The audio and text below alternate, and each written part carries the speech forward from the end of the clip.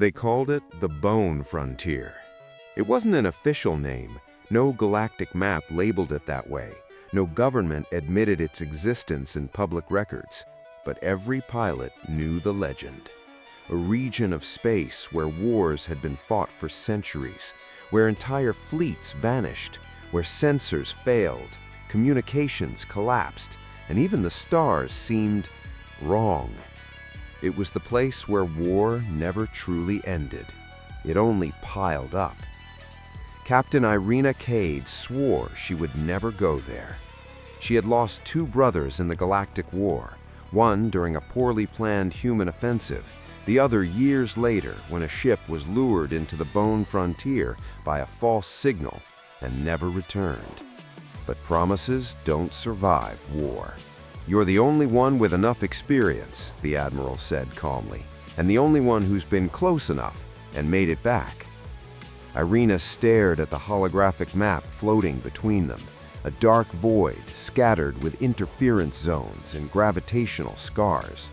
"There's nothing there," she said, "just wreckage and ghosts." "There is something," the Admiral replied, "something that could end the war." The reason for the mission was simple and terrifying. Recent intercepts showed that every faction in the war was being slowly drawn toward the Bone Frontier, not by strategy, by compulsion. Something in that region was interfering with navigation systems, quantum communications, even tactical decision-making itself.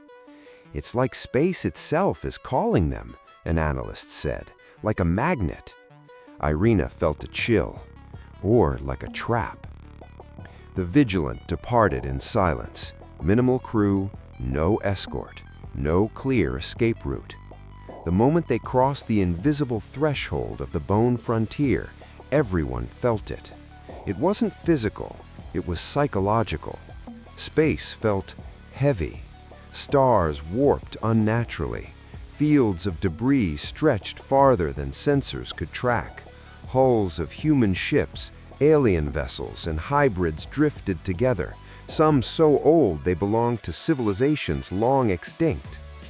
"My God," someone whispered, "how many died here?" "Too many to count," Irina replied. As they moved deeper, something worse emerged. The systems began picking up echoes, not radio signals, but repeating patterns, as if battles were still happening, etched into the fabric of space itself.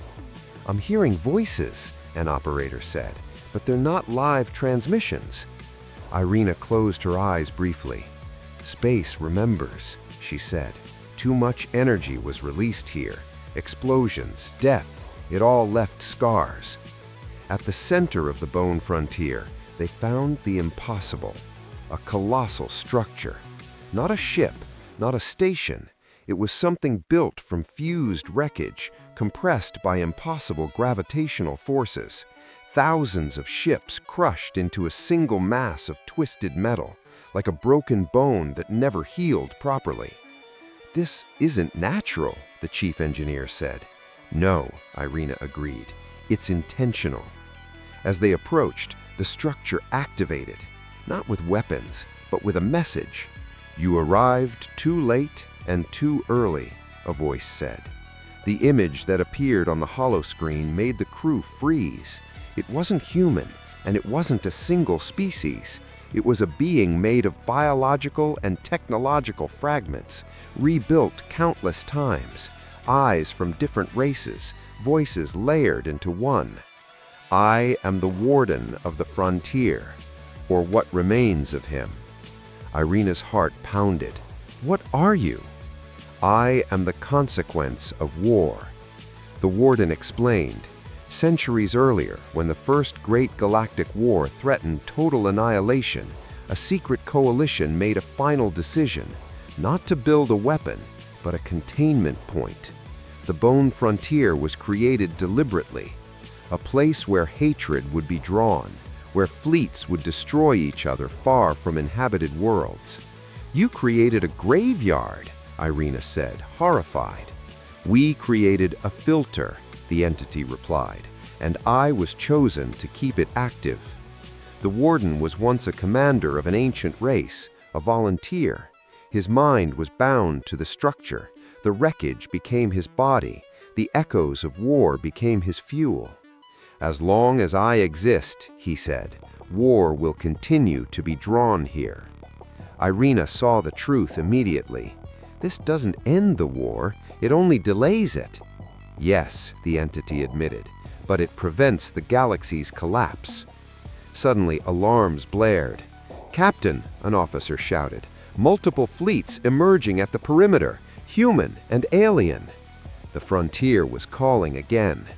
They always come, and they always die.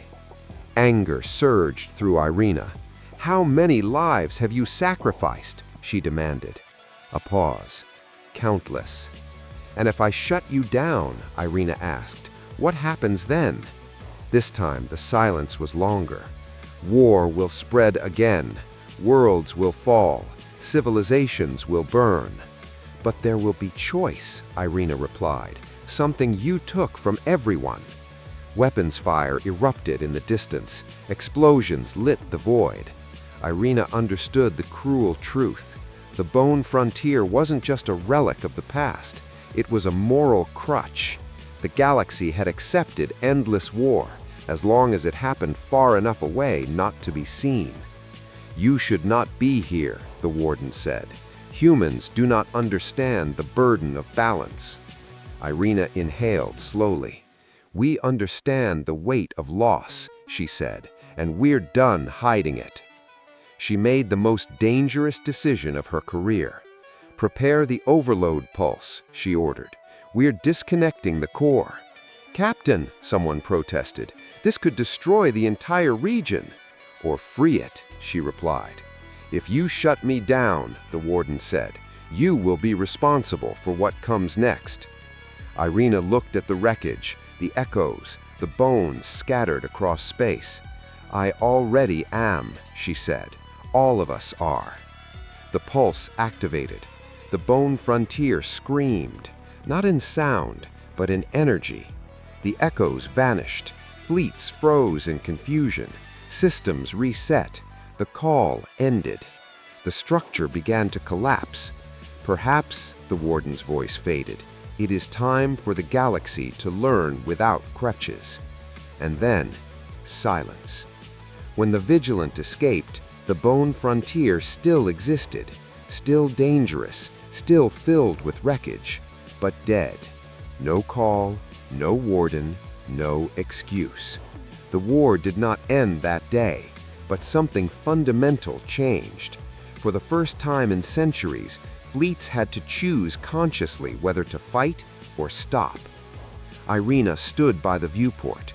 "The bone frontier was never the end of war," she said. "It was where the galaxy hid it. And now, there was nowhere left to hide." If this story made you think, leave a like to support the channel. Subscribe so you don't miss the next epic sci-fi stories.